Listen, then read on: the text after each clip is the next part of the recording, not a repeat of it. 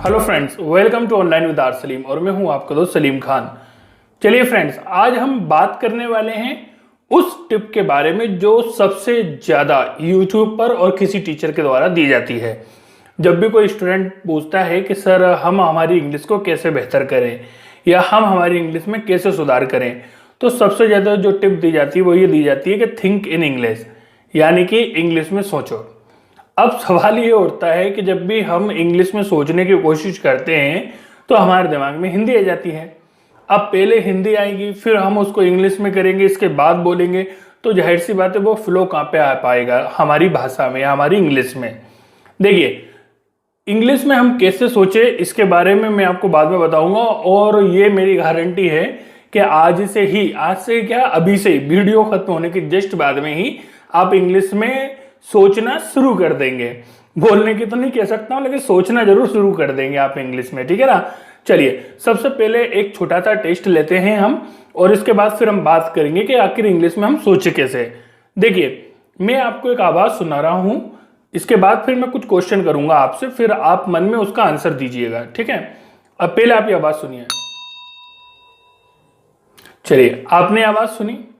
अब मैं आपसे अगर बोलूं कि भाई ये जो आवाज आपने सुनी है इसको आप बोल के बताइए, तो जाहिर सी बात आप में से अधिकतर लोग बोल के बता देंगे सर ये आवाज थी, ठीक है। चलिए, तो सवाल ये नहीं है ना, टेस्ट ये है। टेस्ट ये था, और अब क्वेश्चन ये है कि ये जो आवाज आपने सुनी ये हिंदी में सुनी कि इंग्लिश में सुनी। अब आप बोलेंगे सर ये कैसे बताएं, क्योंकि हमारा जो दिमाग है वो आवाजों को सुनता है। जैसे हमारे कान जो है ना, उन्होंने आवाज सुनी, और वो जो आवाज था एक विचार बनके हमारे दिमाग में आया। इसके बाद फिर जो विचार था, ये जो चीज हमारे कानों के द्वारा दिमाग में आई, उसको हम फिर मुंह से अपने व्यक्त करते हैं, हमारे मुंह से फिर वो शब्द बन के निकलते हैं।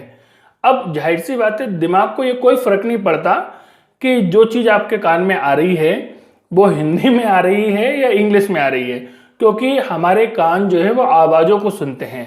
और भाषा क्या है, भाषा भी एक आवाज है। अब जो आवाज हम सुनेंगे वही हमारे दिमाग में आएगी, और जब वो दिमाग में आएंगे जाहिर सी बात है फिर वो हमारे मुंह पे आएगी वही चीज। अब होता क्या है, हम रात दिन हिंदी पढ़ते हैं, रात दिन हम हिंदी बोलते हैं और हिंदी सुनते हैं। अब साइंस ये कहता है कि जो भी चीज हम पढ़ते हैं या सुनते हैं वो हमारे विचारों में आती है। अब हिंदी आने का मेन कारण यही है कि हम दिन भर हिंदी सुनते हैं और दिन भर हिंदी पढ़ते हैं, इसलिए हमारे दिमाग में हिंदी आती है। अब अगर हम इंग्लिश में सोचना चाहते हैं तो हमें क्या करना चाहिए, जाहिर सी बात है अब तक आप समझ गए होंगे।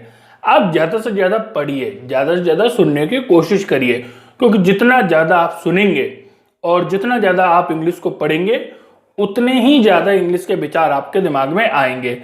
अच्छा, ये कोई रातों रात नहीं हो जाएगा चमत्कार। हाँ, विचार जरूर आज से चालू होने लग जाएंगे। जैसे मैं आपको एक सेंटेंस बोल के बताता हूँ, जैसे आई एम हैप्पी।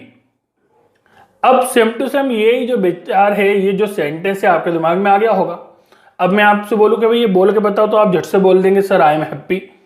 अब आई एम हैप्पी जब मैंने ये सेंटेंस बोला, और अगर मैं आपसे पूछूं क्या सेंटेंस बोलो, तो आप जस्ट बाद में उसको बोल के बता देंगे। इस बीच में आपके दिमाग में हिंदी नहीं आएगी, क्योंकि जो सेंटेंस आपने सुना कानों से बस वही विचार बन के आपके दिमाग में आया, और वही सेंटेंस फिर आपके मुंह पे आ गया, ठीक है ना। तो बस करना यही है हमको कि भाई जो भी चीजें आप सुनते हैं वो हमारे दिमाग में आती है। तो आप ये करिए, ज्यादा से ज्यादा इंग्लिश सुनने की कोशिश करिए, और देखिए फिर जितने ज्यादा आप इंग्लिश के सेंटेंस सुनते जाएंगे उतने ज्यादा विचार आपके बनते जाएंगे, और फिर एक दिन ऐसा आएगा कि आपको इंग्लिश बोलने में ज़्यादा दिक्कत नहीं आएगी और बढ़िया फ्लो के साथ आप इंग्लिश बोल पाएंगे। Thank you so much.